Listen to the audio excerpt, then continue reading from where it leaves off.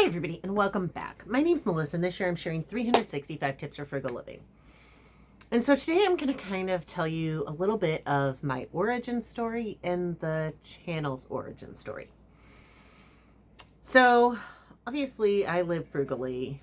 I was raised by a frugal mother who was also raised by a frugal mother who was also raised by a frugal mother. I mean, like, my great-great-grandmother was, you know, a gardener and a tatter and a crocheter and like a canner and, you know, raised children during the Great Depression. And obviously my grandparents grew up during the Great Depression. And then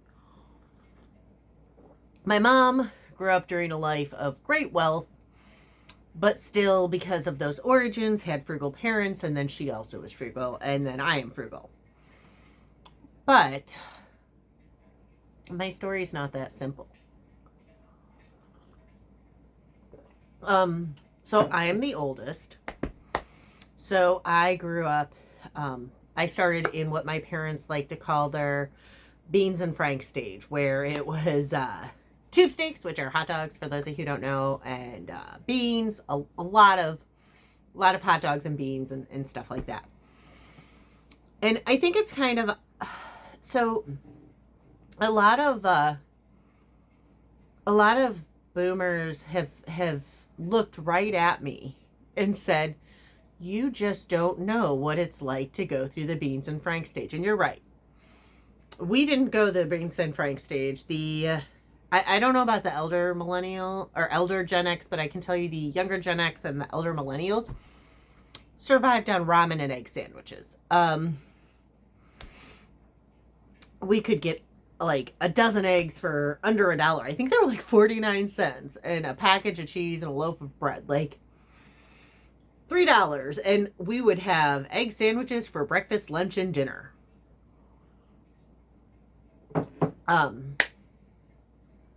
It was meager. So I moved out of the house when I was 19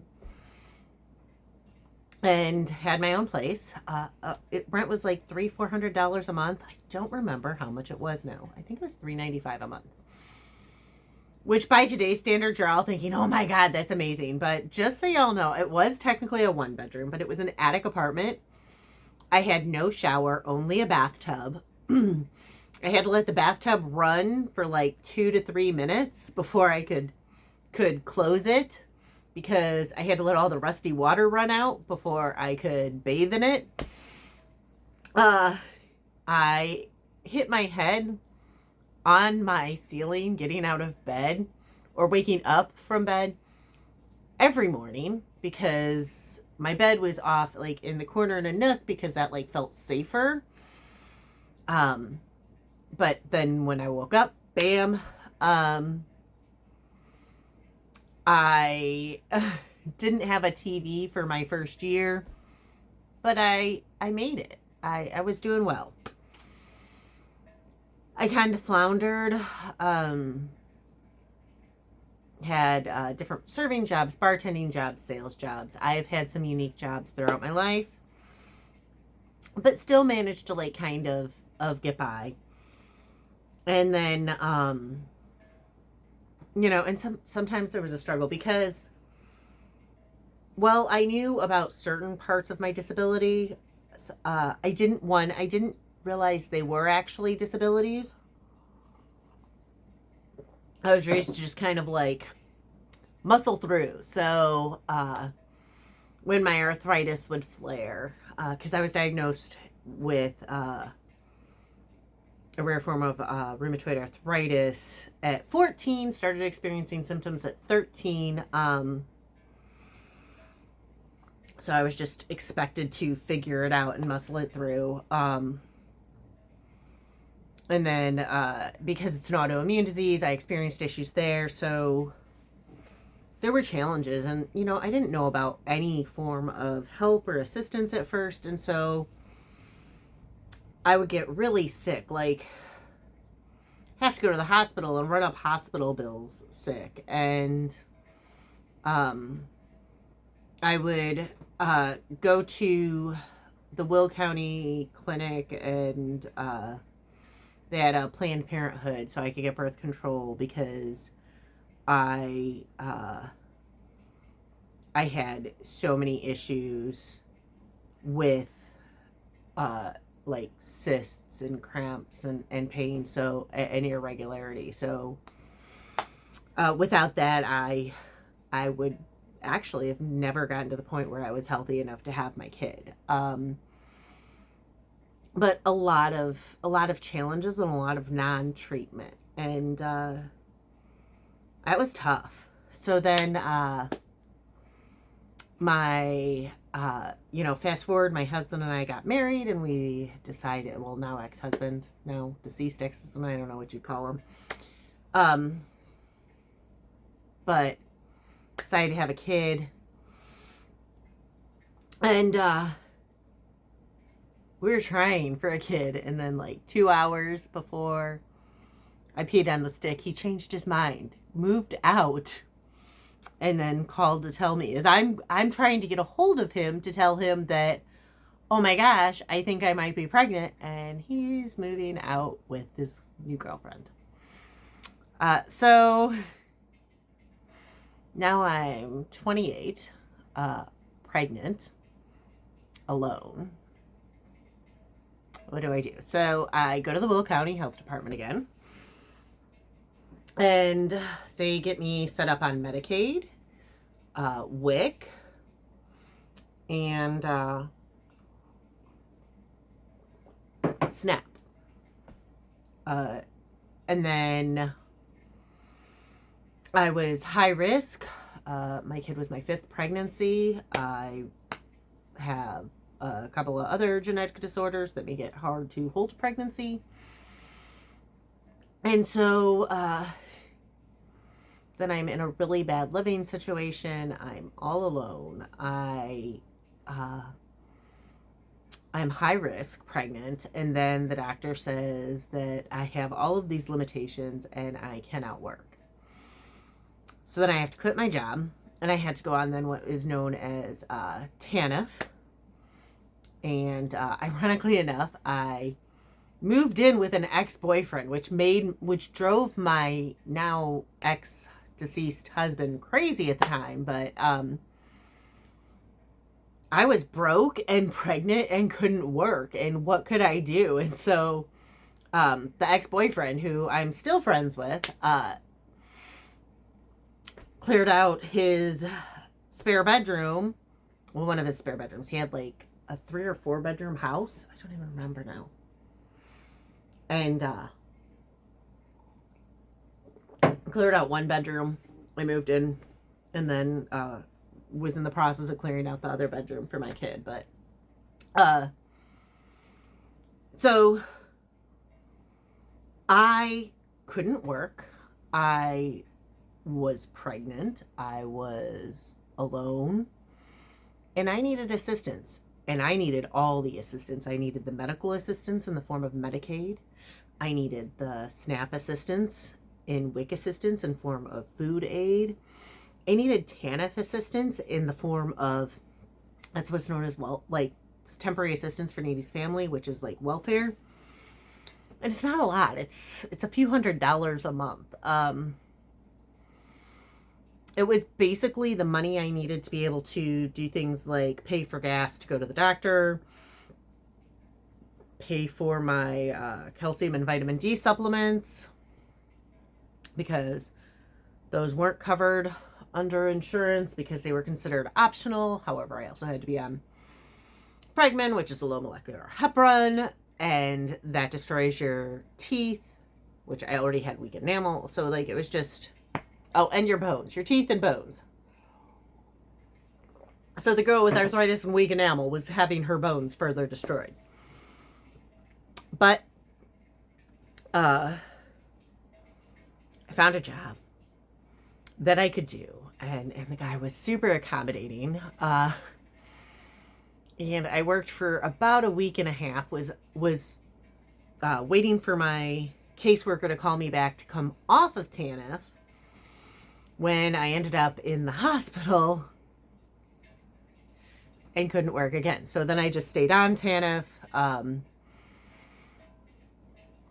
through my pregnancy and maternity leave. And actually, so my boss at the time so admired my work ethic and the factor that I wanted to work. And here's this, so I was a medical courier, and I met them because they delivered my medication. And here I was looking for a job I could do as a pregnant person with high risk and high needs. And so my boss really admired that. And it was funny, like they all laughed at the guys until they would see me, because they'd be like, why are you asking if something's under 10 pounds? Because that was my weight limit, 10 pounds or 5 pounds or something like that. And they would have to load my vehicle and unload my vehicle. And it was, and he waited until I was able to come back. And then, he came back and I came back and he worked for him for like 3 years. Only part-time, went to school, still needed SNAP, but not TANF, still needed Medicaid. Then I graduated, moved to Florida, and then I've just kind of had this like very topsy-turvy life since then.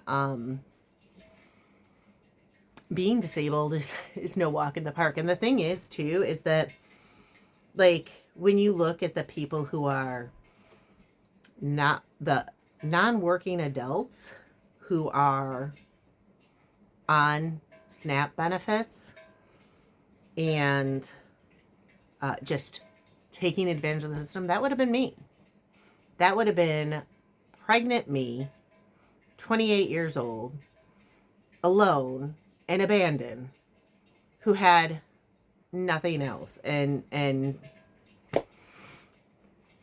didn't know what to do at that point.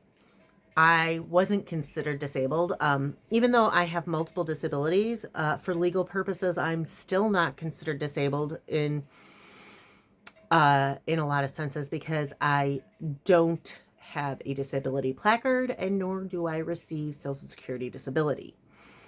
And a lot of government entities, it doesn't matter how many disabilities you have stacked, if you don't have either Social Security disability or a disability placard, they don't count it. Or like an IEP, like there's certain standards they want. So since I don't have an IEP, I don't have a 504, I don't have a placard, and I'm not collecting disability, I'm not considered disabled, even though I have multiple disabilities. So that's me. I'm the non-disabled, non-working adult. But I literally, my kid would not be here today if it weren't for SNAP.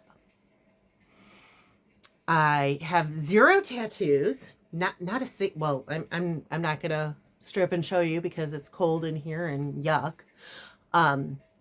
But I have no tattoos. I am not a drug addict. I don't even drink alcohol. Not because I am a recovering alcoholic, but just because I don't like it. I live a minimalistic lifestyle.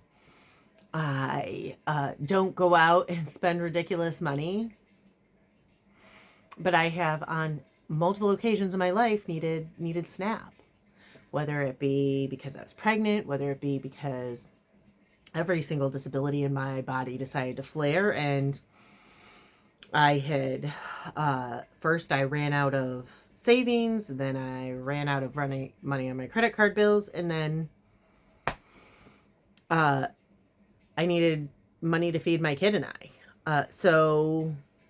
And I couldn't work. I mean, I could barely make it from my bedroom to the couch, and it's like maybe 20 feet.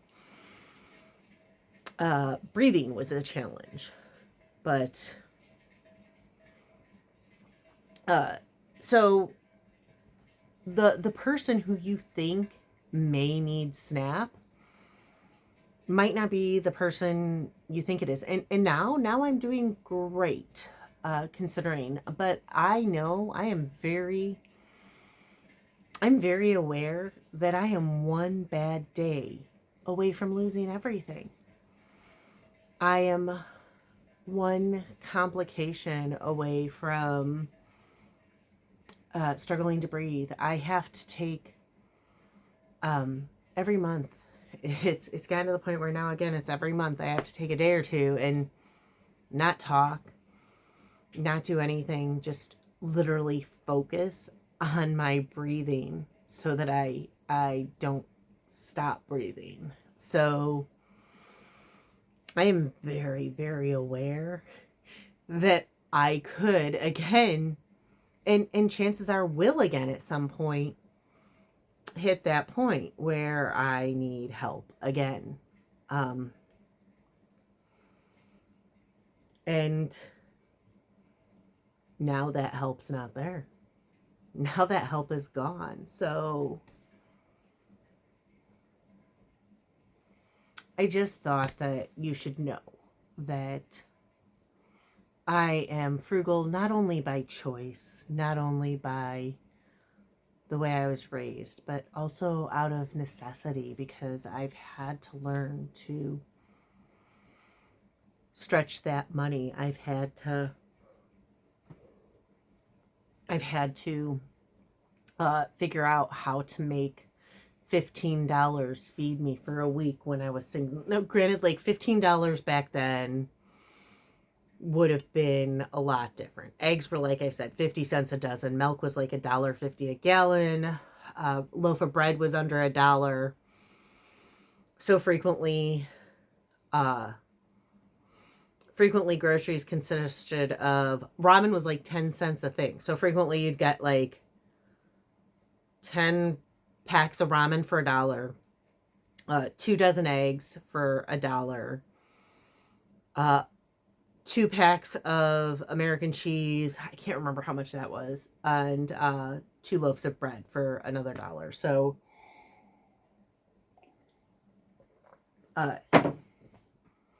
yeah, we had to stretch it, and was it exciting? No, but it's what I had.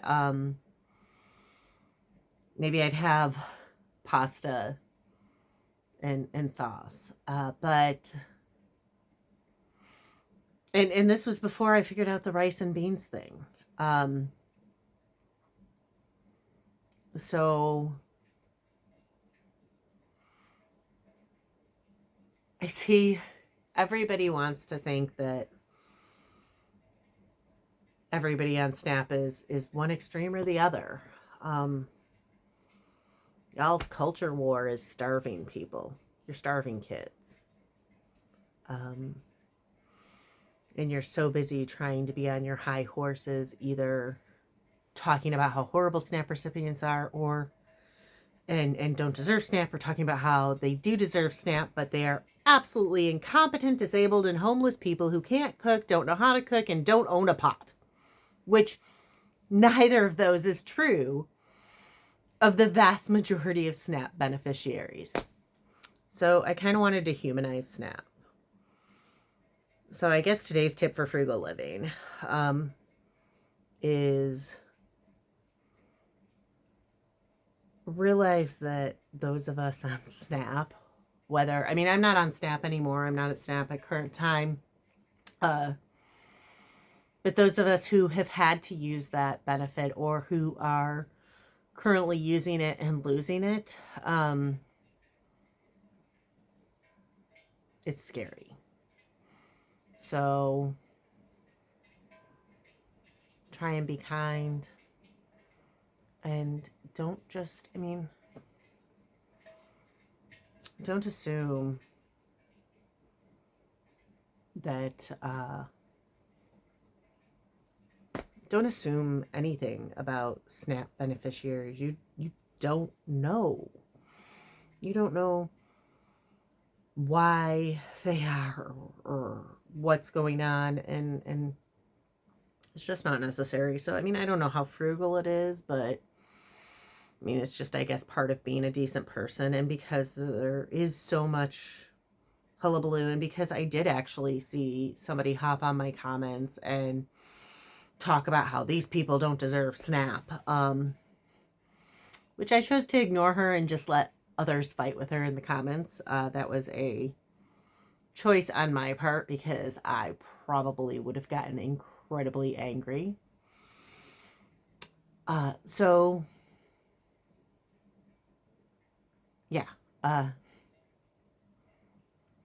realize that people who are using SNAP are human beings and they're really scared right now. And try not to be an ass to them. Anyways, again, my name's Melissa, and this year I'm sharing 365 tips for human living.